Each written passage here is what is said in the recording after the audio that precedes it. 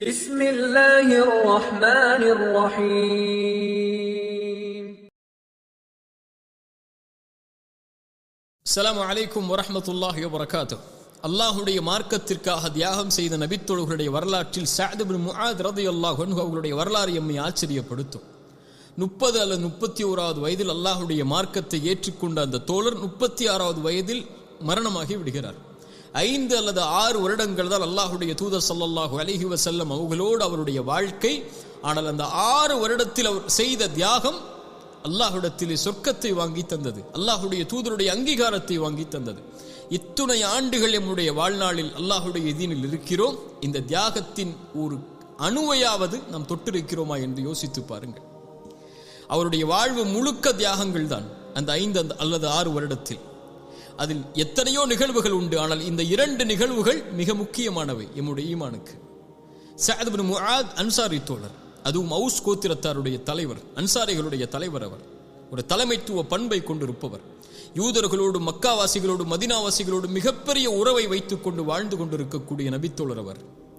பத்ருடைய போர்க்களம் நடக்கிறது. ஒரு வாணிப குழுவை தடுப்பதற்காக அல்லாஹுடைய தூதர் நபித்தோழர்களை அழைத்துச் செல்கிறார்கள். மக்காவாசிகளையும் மதீனாவாசிகளையும். அது போராக மாறுகிறது.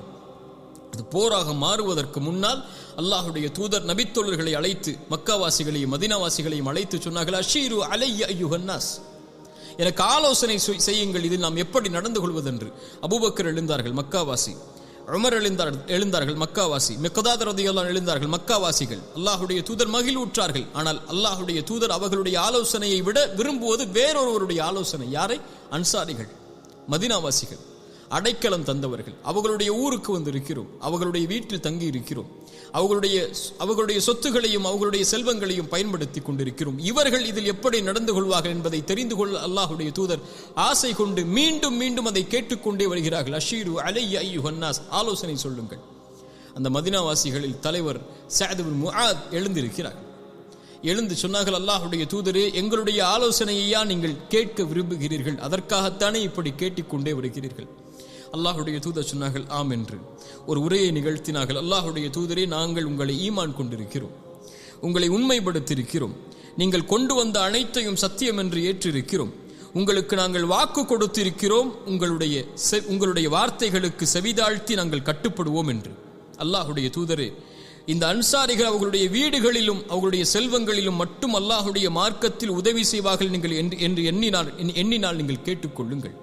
எங்களை எதை வேண்டுமானாலும் செய்ய சொல்லுங்கள், நாங்கள் செய்கிறோம். எங்களை அழைத்து சென்று எந்த உறவை சேர்த்து வாழச் சொல்கிறீர்களோ சேர்த்து வாழ்கிறோம், வெட்டி வாழச் சொல்கிறீர்களோ வெட்டி வாழ்கிறோம். எங்களுடைய செல்வத்தில் எதை எடுத்துக் கொள்கிறீர்களோ எடுத்துக்கொள்ளுங்கள், எதை விட்டு விடுகிறீர்களோ விட்டு விடுங்கள். ஆனால் நீங்கள் விட்டு விட்டதை விட நீங்கள் எடுத்துக்கொண்டதுதான் எங்களுக்கு விருப்பமானது. சுப்ஹானல்லாஹ், இதை எப்படி விளக்குவது? எங்களுடைய செல்வத்தில் நீங்கள் விட்டதை விட எடுத்துக்கொண்டதுதான் எங்களுக்கு மிக விருப்பமானது. அல்லாஹுடைய தூதரை எங்களை அழைத்து செல்லுங்கள் எங்கு வேண்டுமானாலும். நீங்கள் ஒரு நடுக்கடலில் சென்று எங்களை மூழ்கச் சொன்னாலும் நாங்கள் மூழ்கத் தயார். ஒருபோதும் எங்களில் ஒருவர் கூட, அன்சாரிகளில் ஒருவர் கூட பின்வாங்கி விட மாட்டோம்.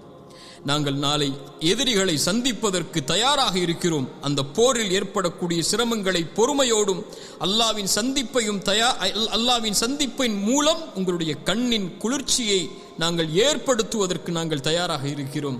அல்லாஹுடைய அருளால் எங்களை அழைத்து செல்லுங்கள். அல்லாஹுடைய தூதரே, நாங்கள் தயார், எங்களில் ஒருவர் கூட பின்வாங்க மாட்டார் இந்த போர்க்களத்தில் என்று சொன்னார்கள். அல்லாஹுடைய தூதர் அந்த வார்த்தையை கேட்ட மாத்திரத்திலேயே சொன்னார்கள், நான் அல்லாஹுடைய வெற்றியை நான் பார்க்கிறேன் என்று. சுப்ஹானல்லாஹ். அந்த பத்ருடைய போர்க்களம் நடந்து கொண்டிருக்கும் போது அந்த பத்ருடைய போர்க்களத்துடைய அமைப்பை அல்லாஹுடைய தூதர் அமைத்துக் கொண்டிருக்கும் போது சஅத் இப்னு முஆத் சொன்னார்கள், யா ரசூலல்லாஹ், நீங்கள் இந்த போரில் கலந்து கொள்ளாதீர்கள், உங்களுக்கென்று ஒரு பரணை அமைத்து வைக்கிறோம், அதில் அன்சாரி தோழர்கள் உங்களுக்கு பாதுகாப்பாக இருப்பார்கள். அதற்கு முன்னாலும் அன்சாரி தோழர்கள் எதிரிகளை தாங்கிக் கொண்டிருப்பார்கள்.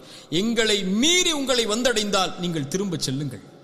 அந்த குதிரை, அது உங்களுடைய வாகனம் அதற்கு அருகிலே இருக்கும். நீங்கள் மதீனாவை நோக்கி திரும்பி செல்லுங்கள். அங்கு எங்களை விட உங்களை நேசிக்கக்கூடிய மனிதர்கள் இது போர் என்று அறியாமல் இருக்கிறார்கள். அவர்களை அழைத்து வந்து மறுபடியும் போர் செய்யுங்கள், அவர்கள் உங்களை பாதுகாப்பார்கள் என்று சொன்னார்கள் சஅத் இப்னு முஆத் ரலியல்லாஹு அன்ஹு. சுப்ஹானல்லாஹ். அவருடைய வார்த்தை உண்மை, அதை உண்மைப்படுத்தினார். அல்லாஹுடைய தூதரோடு பத்ருடைய போர்க்களத்தில் அல்லாஹ்வுடைய தூதரோடு உஹதுடைய போர்க்களத்தில், அல்லாஹ்வுடைய தூதரோடு ஹந்தக்குடைய முக்கியமான போர்க்களங்களில் பங்கு கொள்கிறார். ஹந்தக், அஹ்ஸாபுடைய யுத்தம், அதுதான் அவருடைய கடைசி யுத்தம். மக்காவாசிகள் எல்லோர்களையும் யூதர்கள் ஒன்று சேர்க்கிறார்கள். மதீனாவில் இருக்கக்கூடிய பனு குரைதாவுடைய தலைவர்களுடைய யூதர்கள் எல்லா மக்காவாசிகளையும் ஒன்று சேர்த்து, எல்லா மக்கா குழுக்களையும் ஒன்று சேர்த்து, அல்லாஹ்வுடைய தூதருடைய எதிரிகள் எல்லோர்களையும் ஒன்று சேர்த்து ஒரு அணியில் நிறுத்துகிறார்கள். பனு குரைதாவாசிகள், மதீனாவில் இருக்கக்கூடிய அந்த யூதர்கள், சஅத் இப்னு முஆத் அவர்களுடைய தலைமைத்துவத்தில் ஒப்பந்தமிட்டு வாழக்கூடியவர்கள், அவர்களோடு உறவை வைத்துக் கொள்ளக்கூடியவர்கள், அவர்களே இந்த போர்க்களத்தை ஏற்படுத்தி விட்டார்கள் என்ற மிகப்பெரிய வருத்தம், மிகப்பெரிய காயம் சஅத் இப்னு முஆதை அவர்களுடைய உள்ளத்தை ஆட்டியது.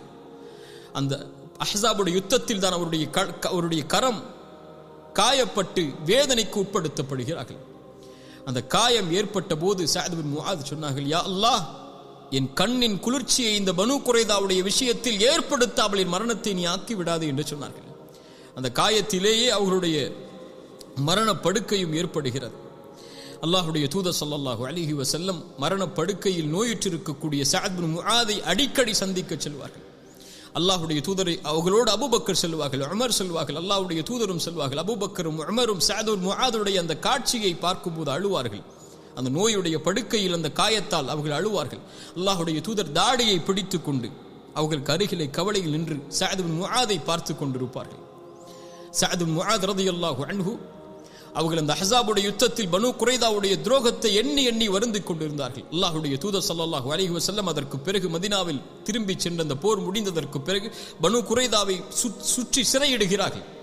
அவர்களுடைய விஷயத்தில் என்ன தீர்ப்பு செய்வது என்று கேட்கிறார்கள். பனு குரைதாவாசிகள் சொன்னார்கள், அந்த யூதர்கள் சொன்னார்கள், சிறைப்பட்டவர்கள் சஅத் இப்னு முஆதை அழைத்து வாருங்கள், அவர்தான் அன்சாரிகளுடைய தலைவர், அவுஸ் கோத்திரத்தார், அவர் என்ன தீர்ப்பு செய்தாலும் நாங்கள் ஏற்றுக்கொள்வோம், அவர்களுடைய நினைப்பின்படி அவர் எங்களுக்கு தலைவராக இருந்தவர், எங்களை பாதுகாப்பார் என்று எண்ணிக்கொண்டு சஅத் இப்னு முஆதை அழைத்து வர சொல்கிறார்கள். சஅத் இப்னு முஆதை ஒரு வாகனத்தில் ஏற்றிக்கொண்டு சஹாபாக்கள் தூக்கி அவரை சுமந்து சென்று அந்த பனு குரைதாவுடைய தீர்ப்புக்காக அழைத்து செல்கிறார்கள். அழைத்து செல்லும் போது அல்லாஹ்வுடைய தூதர் சஅத் இப்னு முஆத் வருகையை பார்த்தவுடன் சொன்னார்கள், கூபு இலா சய்யிதிக்கும், உங்கள் தலைவருக்காக நீங்கள் எழுந்து சென்று அவரை வரவேற்று வாருங்கள், அவர் நோயுற்றிருக்கிறார். வரவேற்று வந்து அமர வைக்கப்படுகிறது. சஅத் இப்னு முஆதை பார்த்து அல்லாஹ்வுடைய தூதர் சொன்னார்கள், சஅத் இப்னு முஆதே, பனு குரைதாவாசிகள் உன் தீர்ப்பை ஏற்றுக்கொள்வதற்காக உண்மை அழைத்து வர சொன்னார்கள், நீ என்ன தீர்ப்பு செய்தாலும் அவர்கள் ஏற்றுக்கொள்வார்கள். பனு குரைதாவாசிகளை பார்த்து கேட்டார்கள், நீங்கள் ஏற்றுக்கொள்வீர்களா? நாம் ஏற்றுக்கொள்வோம். முஸ்லிம்களை பார்த்து கேட்டார்கள், நீங்கள் ஏற்றுக்கொள்வீர்களா? ஏற்றுக்கொள்வோம். அல்லாஹ்வுடைய தூதர் ஸல்லல்லாஹு அலைஹி வஸல்லமுக்கு முன்னால் தலைதாங்கி நின்றார்கள். அல்லாஹ்வுடைய தூதரே, இவர்களுடைய தீர்ப்பு அல்லாஹ்வுடைய தூதருக்கு எதிராக, மார்க்கத்திற்கு எதிராக திரண்ட இந்த யூதர்களை திட்டம் தீட்டி சதி திட்டம் செய்து ஒப்பந்தத்தை முறித்த இந்த யூதர்கள் எல்லோர்களையும் நாம் கொலை செய்து விடுவோம் அல்லாஹ்வுடைய தூதரே, இதுதான் இதனுடைய தீர்ப்பாக அமையும் என்று சொன்னார்கள். அல்லாஹ்வுடைய தூதர் சொன்னார்கள், அல்லாஹ்வுடைய சட்டத்தோடு உம்முடைய சட்டம் இணைந்து விட்டது சஅத் இப்னு முஆதே என்று. அல்லாஹு அக்பர். அல்லாஹ்வுடைய சட்டத்தோடு உம்முடைய சட்டம் இணைந்து விட்டது சஅத் இப்னு முஆதே என்று சொன்னார்கள். அல்லாஹு அக்பர். எப்படிப்பட்ட நபித்தோழர் பாருங்கள். அவருடைய மரணப்படுக்கை அல்லாஹ்வை அழைக்கிறார்கள், யா அல்லாஹ், எனக்கு தெரியும் விருப்பமானது என்னுடைய உள்ளத்திற்கு அல்லாஹ்வுடைய தூதருக்கு துரோகம் செய்து, அல்லாஹ்வுடைய தூதரை விரட்டி, அல்லாஹ்வுடைய தூதருக்கு துன்பம் கொடுத்த இந்த குறைஷிகளுக்கு எதிராக போர் செய்வதுதான் என்னுடைய உள்ளத்தில் இருக்கக்கூடிய விருப்பம் என்று உனக்கு தெரியும். யா அல்லாஹ், இந்த போர் இனிமேல் நடக்கும் என்றால் என்னை உயிரோடு வை. அல்லாஹ்வுடைய தூதரை பாதுகாப்பதற்காக. இந்த போர் முடிந்து விட்டதென்றால், இனிமேல் இதற்கு பிறகு பிரச்சனை இல்லை என்றால், யா அல்லாஹ், என்னுடைய காயத்திலேயே எனக்கு மரணத்தை ஏற்படுத்தி ஷஹீதாகக்கூடிய அந்தஸ்தை கொடுத்து விடு. போரில் ஏற்பட்ட காயத்தின் மூலமாக மரணமாகிறார் அவர் ஷஹீத், அதனால் அந்த ஷஹீதுடைய அந்தஸ்தை எனக்கு கொடுத்து விடு என்று துஆ செய்தார்கள். அல்லாஹ் அந்த துஆவை அங்கீகரித்தான். துஆ நடந்த சில நாட்களிலே அவருடைய இரத்தம் அவருடைய காயத்திலிருந்து வடிந்து பள்ளி முழுக்க வரும்போது அல்லாஹ்வுடைய தூதருக்கு அந்த செய்தி அறிவிப்பு வந்தவுடன் விரைந்து வந்து சஅத் இப்னு முஆதுடைய மரணத்துடைய அந்த காட்சிகளை பார்க்க வந்து கட்டி அணைத்தார்கள் சஅத் இப்னு முஆதை. அவருடைய முகத்தில் இருந்த இரத்தம், காயத்தில் இருந்த இரத்தம் அல்லாஹ்வுடைய தூதருடைய தாடிகளை நனைத்து விடுகிறது. அல்லாஹ்வுடைய தூதர் ஸல்லல்லாஹு அலைஹி வஸல்லம் சொன்னார்கள், அல்லாஹ் உமக்கு கொடுத்த வாக்குறுதியை நிறைவேற்றுவான் சஅதே, நீ அல்லாஹ்விற்கு கொடுத்த வாக்குறுதியை நிறைவேற்றி விட்டாய். அல்லாஹ் ரப்புல் ஆலமீன் உனக்கு நற்கூறிகளை வழங்கட்டும். தலைமைத்துவ பண்பில் இருந்த இந்த சமூகத்திற்கு நீ செய்த உதவிக்காக இந்த அல்லாஹ்வுடைய தூதர் ஸல்லல்லாஹு அலைஹி வஸல்லம் சஅத் இப்னு முஆதுடைய அந்த தியாகத்தை அங்கீகரித்தார்கள். அங்கீகரித்ததற்கு பிறகு சஅத் அவர்கள் மரணமானதற்கு பிறகு அல்லாஹ்வுடைய தூதர் சொன்னார்கள், இஹ்தஸ்ஸ அர்ஷுர் ரஹ்மான், ரஹ்மானுடைய அர்ஷ் சஅத் இப்னு முஆதுடைய இந்த மரணத்திற்காக நடுங்கி விட்டது என்று சொன்னார்கள்.